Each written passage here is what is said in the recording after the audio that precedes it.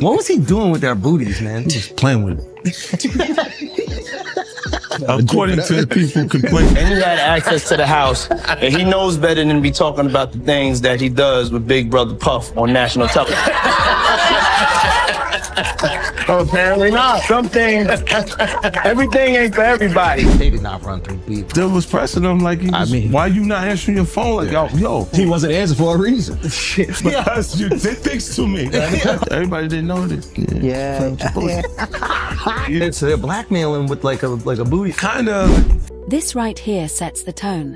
When people start talking about blackmail and silence this early, you're no longer dealing with rumors, you're dealing with fear. 50 Cent's new documentary reveals what the industry never wanted revisited. At the heart of it all are two names that define different eras. Diddy, the mogul who turned access into power, and Justin Bieber, the child star who walked into that world before he even knew how dangerous it could be. But this story isn't about gossip. It's about power, silence, and the uncomfortable question of how long truth can stay hidden when everyone benefits from keeping their eyes closed. But to understand what 50 uncovered, you have to go back to where it all began. Long before this documentary ever existed, Sean Diddy Combs had already built an empire. From the 90s through the 2010s, his name wasn't just attached to music, it defined the culture around it. Bad boy records, fashion labels, vodka brands, award shows, everything ran through him. He wasn't just producing records, he was producing careers. If you wanted in, you went through Diddy. And if you crossed... This is how power works in entertainment. No contracts needed, access itself becomes the leverage.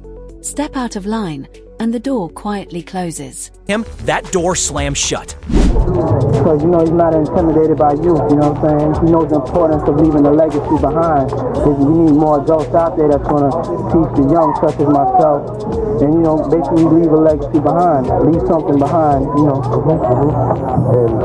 Artists, managers, and executives whispered about how opportunities dried up overnight for those who stepped out of line. To the outside world, it looked like charisma and business genius. To insiders, it was control. The ability to make or break anyone who entered his orbit. You're legendary for the parties that you throw. I'm a legend, baby, for a whole bunch of things. Yes. You need locks on the doors. Okay, this is sounding kind of dangerous now. That's why 50 Cent's documentary hits so hard. He's not coming from the outside looking in. He's someone who's been warning about this power dynamic for years. When 50 Cent joked about knowing too much or made sly comments about Diddy's parties, people laughed. Great, and you see things like the white party be there, and then they have a little baby in a sandwich. They're hugging him from the front and the back and stuff. And I'm like, yo, get off of him. That's one of my favorite new artists. It sounded like rivalry. Two titans throwing shots. But in hindsight, those comments read like early warnings the industry wasn't ready to hear. What once now, sounded like with jokes allegations now under reads like federal warning investigation signs. and Context long-buried changes stories everything, resurfacing, and hindsight those is same brutal. words... Now, with allegations under federal investigation and long-buried stories resurfacing, those same words carry a different weight. 50's documentary doesn't just accuse, it recontextualizes. And then, the footage that was once just awkward started to look different. There was a time when these videos were seen as lighthearted moments between a superstar and his young protege. Diddy handing a teenage Justin Bieber car keys, promising him a mansion at 18, laughing on camera about 48 hours together that couldn't be disclosed. Got me a Lamborghini. That's nice. I haven't gotten it yet, though. Yeah, I know. When is that coming, that Lamborghini? We talked about this last He time. had the Lamborghini for a day or two, and he had access to the house. Justin, right now, he's having 48 hours with Diddy. Where we hanging out and what we doing, we can't really disclose. At the time, fans called it mentorship. Entertainment blogs called it industry bonding. But under the lens of 50 Cent's documentary, those clips don't feel funny anymore. They feel chilling. In one scene, Diddy tells a 15-year-old Bieber he'll get him a car and a mansion. He jokes about spending days together going crazy, while Bieber nervously laughs along. The footage feels innocent if you don't know what to look for. But once the patterns are laid out, the power imbalance, the secrecy, the access, it starts to look... Legally speaking, this is where red flags start stacking up. Minors, secrecy, unsupervised access. None of that is harmless once patterns emerge. like a symptom of something systemic. 50 Cent doesn't frame it as a single act or accusation. The focus is bigger. How these situations became normal, when fame outweighs boundaries, when adults control access to opportunity. Who steps in to protect the kid in the room?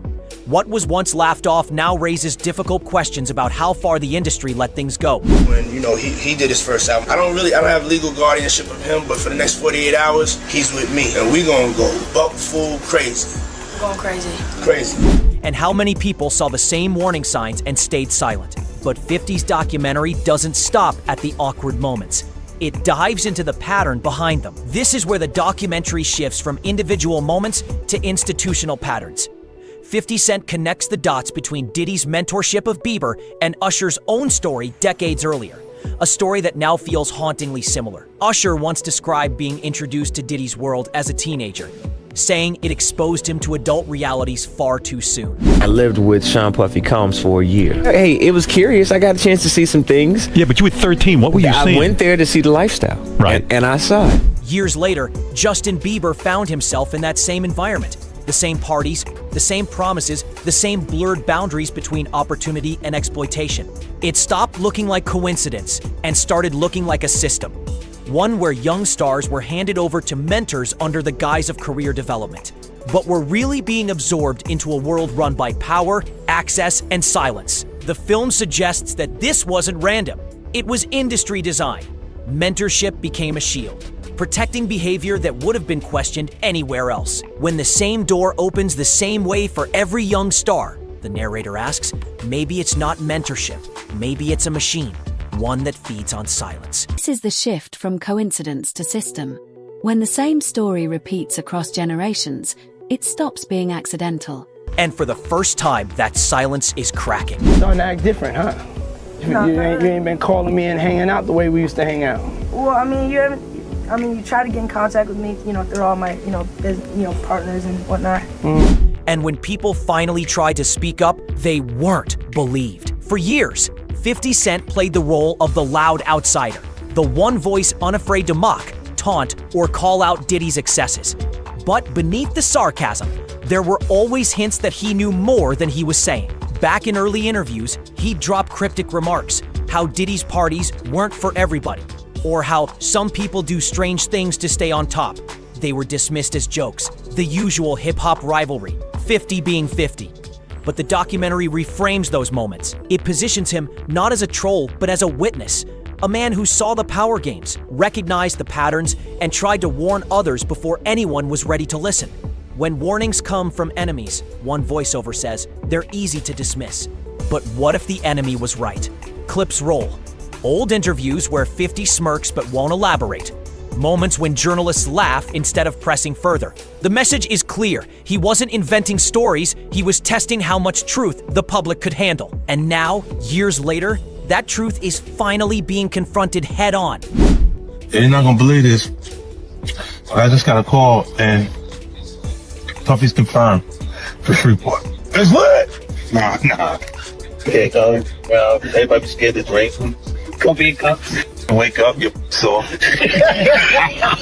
And that's when the most disturbing claims surface. The documentary's midpoint hits hard, not with rumors, but with records.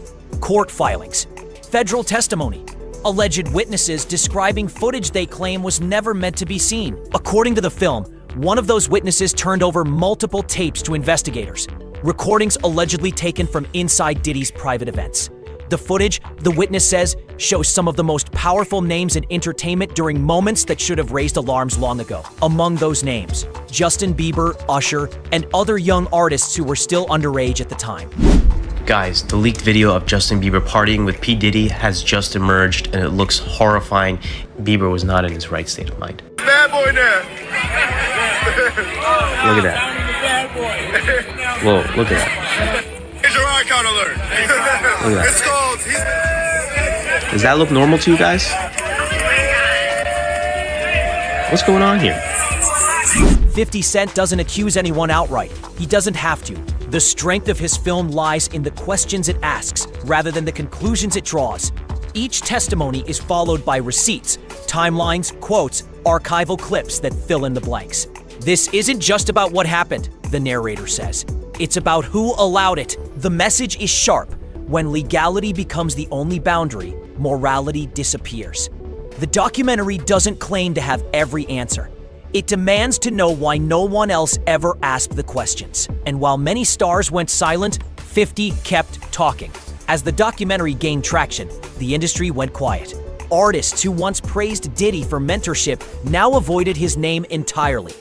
Executives who had been seen shaking hands with him on red carpets suddenly had no comment. Even longtime collaborators scrubbed old posts from social media. In Hollywood, silence isn't always guilt, it's survival. Every alliance is a calculation, and every word can close a door. 50 Cent's willingness to speak out set him apart. While others stayed neutral, he doubled down, posting clips, jokes, and receipts that made it impossible to ignore the conversation. His boldness became a mirror for the rest of the industry, a test of who would risk their reputation to speak truth, and who would quietly protect the system that made them rich. The tension is undeniable. Power protects itself. Loyalty and fear often look identical. In this business, the narrator says, truth doesn't compete with lies. It competes with survival. But one name keeps haunting the timeline: Justin Bieber. Justin Bieber's name threads through the documentary like a ghost. He has never accused Diddy or anyone of wrongdoing. But when you revisit his interviews over the years, a pattern emerges: regret, exhaustion. A young man who seems to be mourning the childhood he never really had. In one interview, he speaks softly about feeling controlled. In another, he breaks down while talking about wanting to protect younger artists like Billie Eilish, saying, "I just want to keep her safe." To 50 Cent's team, that moment wasn't random. It was a confession wrapped in empathy, a man who knew too much about what happens behind the curtain. The film uses these reflections to explore a painful question: what happens when the system that creates stars also consumes them?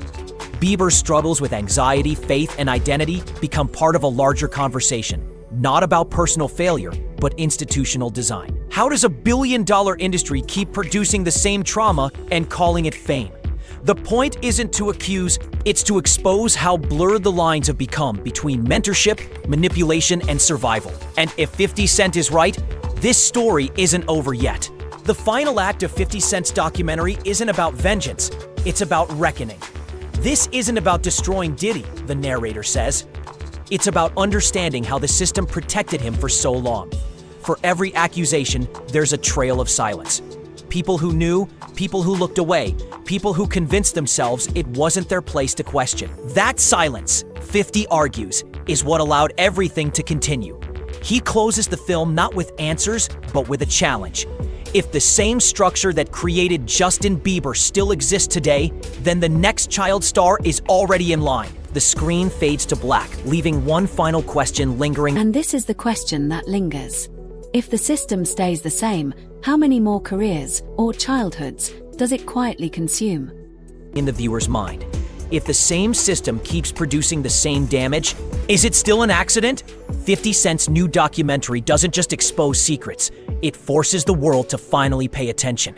Let us know your thoughts and comments below. If you enjoyed this breakdown, don't forget to like this video to support the channel. Subscribe to Holly Hype TV for the latest updates, and turn on notifications so you never miss an upload. Until next time, peace out.